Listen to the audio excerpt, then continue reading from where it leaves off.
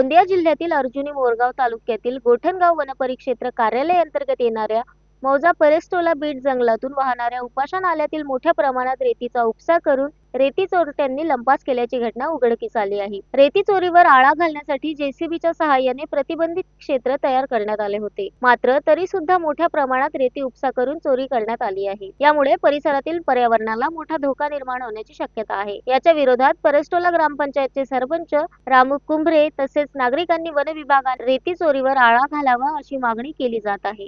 माझे नाव रामू रतिराम कुंभरे, मी ग्रामपंचायत सरपंच आहे परेस्टोला। आपल्या गावचा उपाशा नाला आहे आणि घोबल नाला या दोन्ही नाल्याची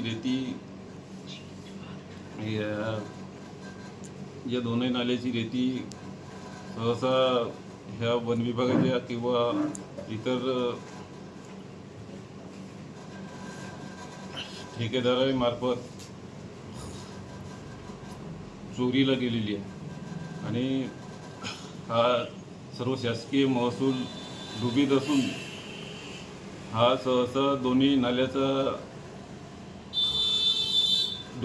महसूल गोळा करण्यासाठी सदर ग्रामपंचायतीला हस्तांतरित करण्यात यावा ही माझी मागणी आहे।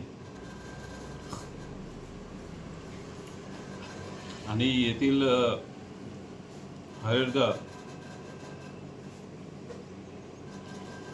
यांच्या संगनमताने किंवा वरिष्ठांच्या संगनमताने येथील हा चोरीचा उपसा होऊ शकते। Sunil Kawade, the sting operation news, Gondia.